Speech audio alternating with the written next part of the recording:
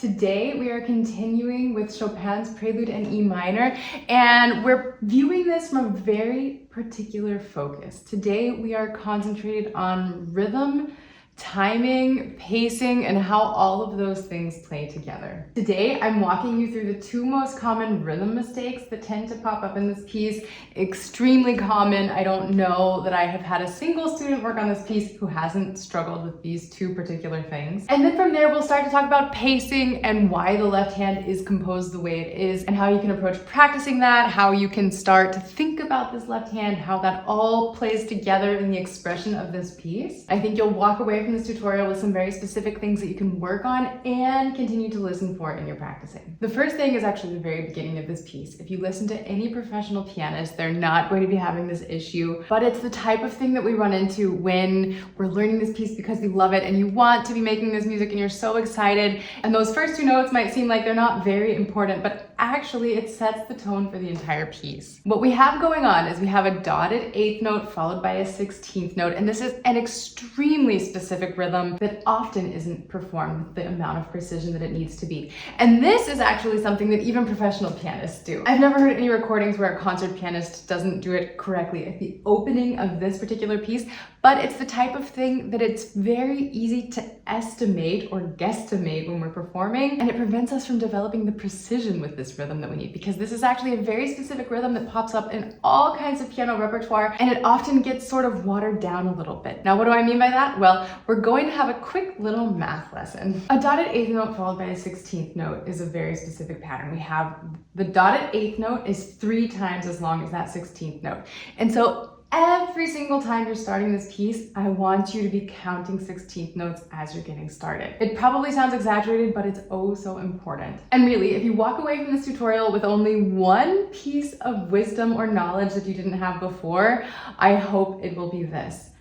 When you sit down to play a piece, the piece does not start with the first note. If you start the piece with the first note, you're already fighting a losing battle because you are not the one who's in control.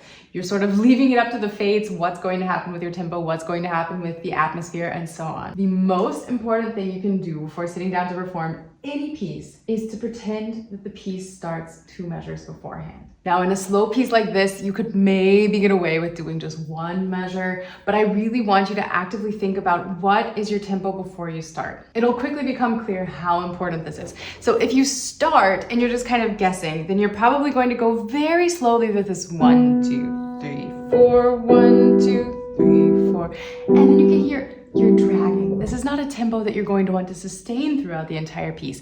And so it's really important to have clear the relationship between these opening 2 notes, this da, da, da, da, da, da, da, and we'll come back to that in a second, but you cannot determine the speed of this opening pattern until you're really clear on how fast you want your 8th notes to be. So before you start, you need to be internally singing to yourself, 1 and 2 and 3 and 4 and 1 and 2 and 3. And then when you have that really clear, 1 and 2 and 3 and 4 and the 1 and 2 and 3 and 4 and 1.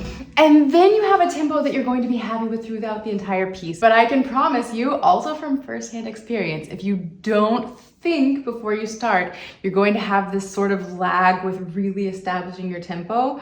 Make a habit of doing this. Anytime you sit down to practice, even any piece, make sure that you're thinking about your tempo before you start. Once you've established your tempo, then you start playing. And it all comes back to this idea of singing just a little bit, mentally going through the music in your mind before you actually start producing the music on the keys. Now, until you get this really ironed out, I want you to count this in a specific way. It's maybe not the standard way that people usually count 16th notes, but I think it works really well, and I think it serves us better than counting something like 4E and a 1, just because that doesn't really mean anything. We don't really understand, we don't make the mathematical connection between this 3 to 1, that a 16th note is only 1/4 of this pattern, and that dotted 8th note is 3/4 of the pattern.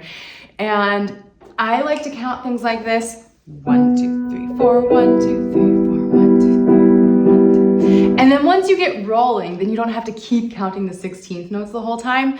And later on in the piece, when this pattern pops up again, you don't have to come back to this because the left hand has established the 8th notes, and that's really the pulse that's driving this piece forward. The next time we see this pattern, we have, it starts 1 and 2 and 3 and 4 and 1.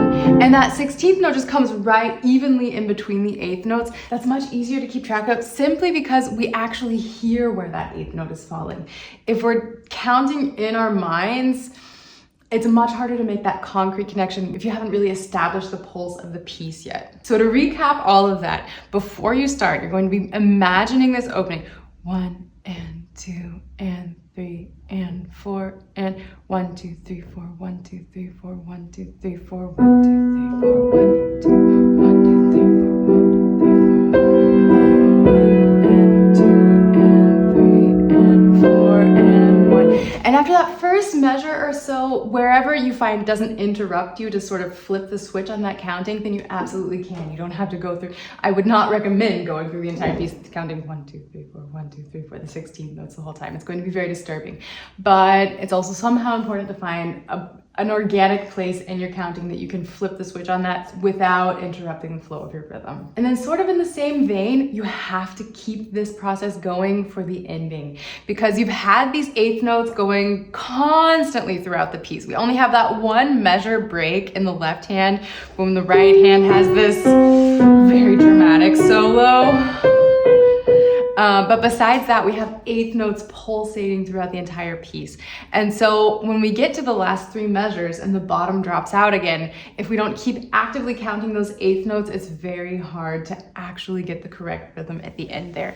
So what I want you to make sure you're doing, you can count either 1 and 2 and 3 and 4 and, or you can count 8th notes. So 1, 2, 3, 4, 5, 6, 7, 8. We have 8 8th notes that fit into the measure. I think the easiest thing to clarify that is I'm just going to play the last 4 measures for you a few times. I'm going to count both ways so that you can hear how you have both options. And it is advisable to stretch a little bit at the end also, so I'm not going to stay super strictly in time, but if you're not counting these 8th notes, you will have no idea by how much you're stretching and if it's the right amount and if it's the correct timing that you're actually looking for. Guesstimation is unfortunately not something that serves us well here. So first, let's do the traditional method of counting the 1 and 2 and 1 and 2 and 3 and 4 and 1 and 2 and 3 and 4 and fermata. 1 and 2 and 3 and 4 and 1 and 2 and 3 and 4 and hold. And then you don't need to count the holding. Once it feels right, you can just let go. And then with the other method, just so you can see how that might look. So again, counting to 8 the entire measure. 1, 2, 3, 4, 5, 6, 7, 8. 1, 2, 3, 4, 5, 6, 7, 8. 1, 2, 3, 4, 5, 6, 7, 8. 1, 2, 3, 4, 5, 6, 7, 8.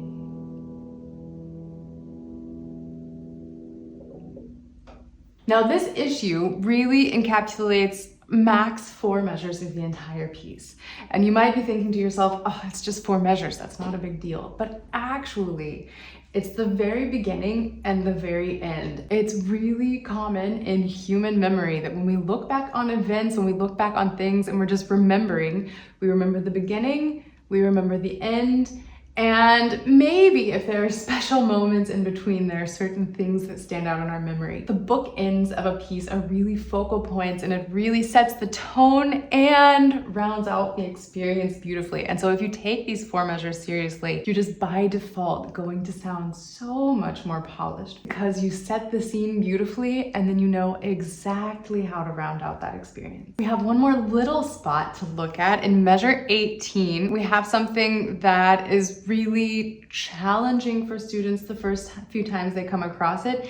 It's fairly common within piano repertoire, especially from like late intermediate into advanced repertoire. It becomes very common. However, this piece might be the first time you're encountering this pattern, and it's extremely important. So what we have is on the second beat of measure 18, the right hand has a triplet pattern and the left hand has an eighth note pattern. And this is something, this used to freak me out. It scared the crap out of me when I was younger. It made me so nervous anytime I had to do this in my pieces because I didn't really understand it. Next week, we have a quick win video that's going to walk you through exactly how to break down and understand this entire concept. And so definitely stay tuned for that. If you haven't already subscribed to the channel, ring the bell so you get notifications when new videos are online so that you don't miss that important tutorial. But for now, I'm going to give you the Cliff Notes version. And basically, the pattern sounds a bit off kilter. So I'll play from the beginning of the measure. Maybe one more time.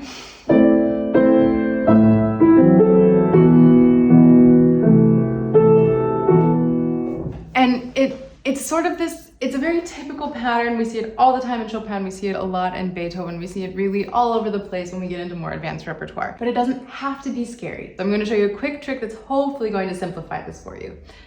Listen carefully. Not difficult. Really, you can boil this pattern down to that saying. Not difficult, not difficult. So anytime you have this pattern, the hand that has the triplet is going to be tapping on not difficult. And the other hand will be playing on not fid. Because it has to come out evenly. We need an even triplet in the right hand, triplet one and, triplet one and. Getting the coordination is maybe a little bit tricky, but it really doesn't have to be anything scary. So we're going to do a few times just not difficult, and then the next beat is 3. So I'm going to be doing not difficult 3. Not difficult 3. One more time. Not difficult 3. And once you get used to that timing, then you can start to play with the metronome. Now, when you bring the metronome in, it might throw you off the first few times. We have to get used to playing with the metronome. We have to get used to speeding this pattern up because this not difficult that we're practicing is in very slow motion compared to our actual tempo. So what I would recommend doing is actually setting the metronome for the 8th note. So let's say we're going to start at 80 just to see how it goes. So we have 1 and 2 and 3 and 4 and 1 and not difficult 1 and 1. I'll show you that one more time. 1, 2 and 3 and 4 and 1 and not difficult 3 and 4 and 1. And so basically what this trick does is it shows you how to fit the right hand in while the left hand stays really strictly in time. And it's going to feel a bit off kilter the first several times. There is another way that will help you probably feel more secure with this. So for this week, practice with not difficult, and then next week, tune back in, and I'll give you a few more steps that will help you start to feel really confident with this. This not difficult is kind of a band-aid situation. It's not going to solve all of the problems. It's not going to help you necessarily understand exactly what's going on, but I promise that next week it'll become extremely clear. So again, tune back in for that. So then finally, what on earth is going on in the left hand in this piece? What is up with all of these 8th notes? Why did Chopin compose this piece this way? I think it's worth asking these questions because I think it can also help us understand how we can approach the piece, because it somehow feels a bit awkward, this repetition, this constant driving repetition in the left hand. And it's, I say driving repetition, but it's not this sort of forward moving piece. And I actually think that's exactly why he did it. So our tempo marking for this piece is largo. Largo means very slowly, or it actually means long, stretched out. And so we have this long, stretched out melody in the right hand. We have 1, 2, 3, 4, 1, 2, 3, 4, 1, 2, 3, 4, 1. And that obviously continues. You're learning this piece, you're familiar with the melody. But it is important to think about. Chopin composed almost exclusively for the piano. He wrote hardly any other music. However, his favorite instrument was arguably the cello and the human voice. He loved opera, he loved listening to opera, and so much of his music is vocally inspired. And if you imagine singing this melody, I won't pain you now by actually singing, but I would encourage you to practice singing this a bit, because you have to understand the contours of the melody and the way that we would sing it versus the options that we have on the piano. If we're singing a really long note, we wouldn't just sing right? We add inflection, we add shape, we add dynamics.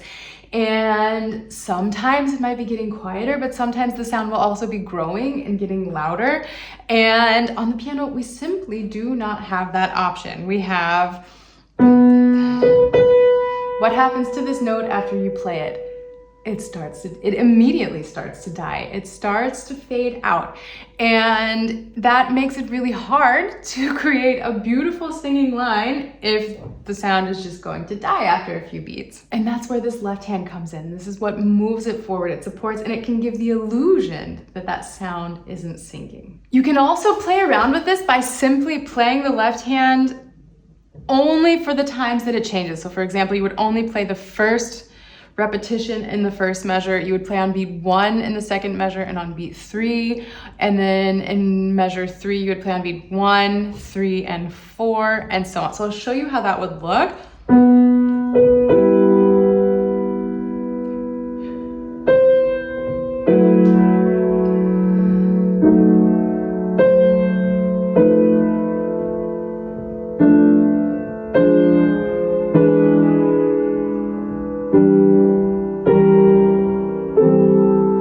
That's a good little excerpt. And so what happens?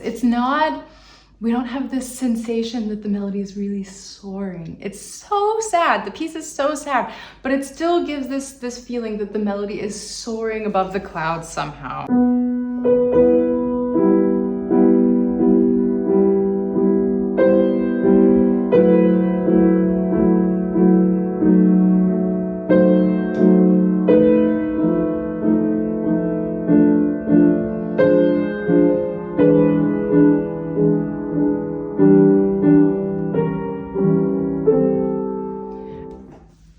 Gives the illusion of motion when really everything is standing still. So in order to play around with this accompaniment and find what feels right for you and find what works well musically for you, I'm going to give you a few assignments. First, I want you to do what I just showed you, that you're going to play the right hand normally, and the left hand is only going to play actively when the chord changes. So anytime a note changes in the left hand, then you're going to play.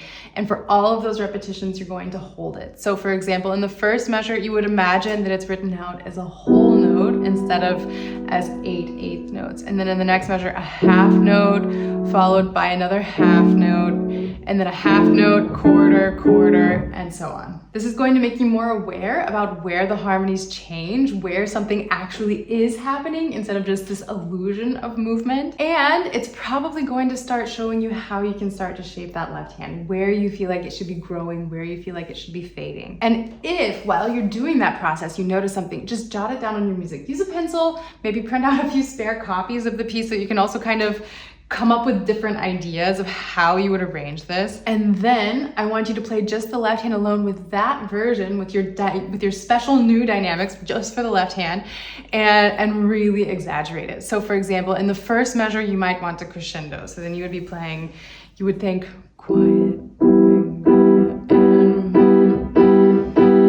and then back down to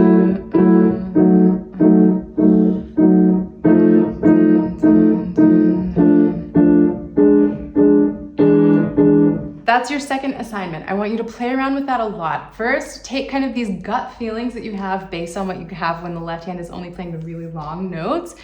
And then from there, I also want you to experiment even more. I want you to practice getting louder in one measure and then bringing it back down in the next. So really alternating, playing in groups of 2 measures and kind of doing this everywhere. So crescendo, 2 and 3 and 4 and 1 and 2 and 3.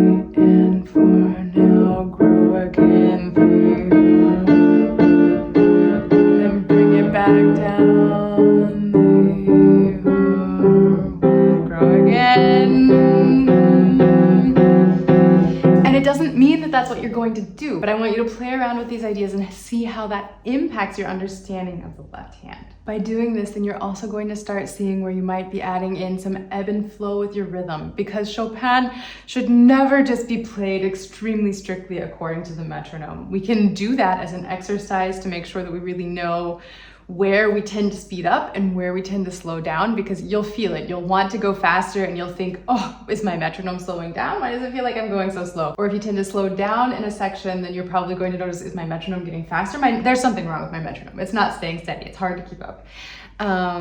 Those are your cues that you can look for with the metronome that will help you learn how to balance that. Once you've done those two steps, I want you to then go back through and start practicing the left hand on its own. And I want you to imagine that the entire piece is just that left hand. There's nothing else. And I want you to really be thinking about, how can I make this the most beautiful, expressive piece in the world? And what I want you to listen for is points where it feels like there's tension. When we have tension in our music, sometimes we speed up a little bit and we get a little bit louder. Sometimes we want to stretch out that tension and really kind of twist the knife in the wound, like, oh, that's so sad, that's so tragic and beautiful. Both are very fine interpretations. That's really oftentimes a matter of personal taste. And I want you to experiment with that and see what feels right for you. Of course, while you're practicing these 3 different steps, it's probably going to be spread out over a number of days or maybe even weeks. You're going to be playing around with these ideas. I've talked a lot about how practicing is really just problem solving, detective work, and experimenting with things, testing different things out. So of course, while you're doing this, you're going to be playing hands together as well. You can also repeat this process for the right hand and be thinking about what all of that means for the right hand, but the left hand is really the one that's driving the bus here, just because it's literally the one that has all of the motion, all of the rhythmic character in this piece. Over time, these steps are going to help you feel really at ease with this piece and really feel very confident with your own interpretation. Because sure, I could tell you how I would do it, but I'm not you and you're not me, and that's the beauty of music. We have the same notes written on the same piece of paper, and mathematically everything has the same value if we want to view it in that way, but everyone has their own voice. Everyone has what feels right for them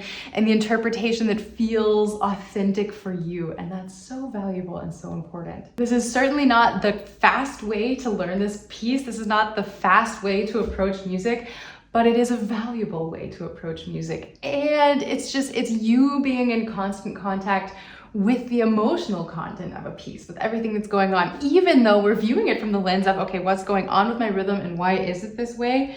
We're also building it in with, when I hear this, I feel this, and that's why I'm stretching it out. That's why I'm breathing. That's why I'm hurrying ahead a little bit so that I can pull it back once everything resolves. And that just makes the time and effort that you're putting into this even more rewarding. So this probably isn't the most typical YouTube tutorial that you've ever watched, but if you're still here with me, thank you so much for your time. I hope you're enjoying this piece, and please let me know in the comments below if you have any particular questions, if you have any other elements of this piece that you would like me to address. And as always, until next time, happy practicing.